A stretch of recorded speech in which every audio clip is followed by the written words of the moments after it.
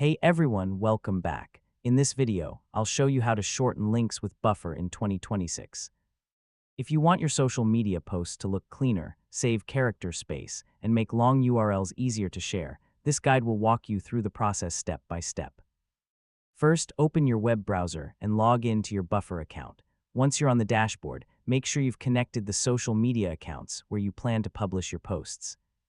Next, click the Create Post button to open the post editor. This is where you'll write your caption and prepare your content before publishing.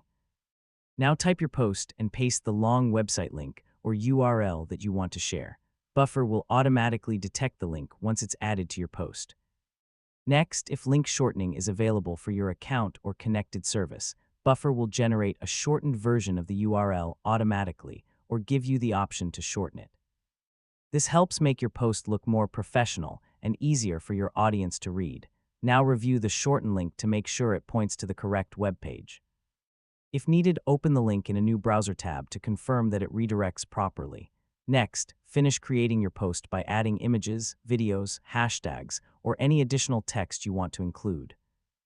Now preview your post to make sure the shorten link appears correctly and the overall formatting looks clean.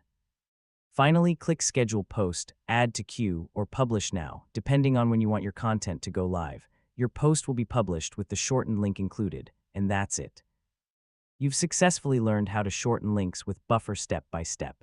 You can now share cleaner, more professional-looking URLs while keeping your social media posts organized and easy to read. And don't forget to like, share, and subscribe for more helpful tutorials just like this.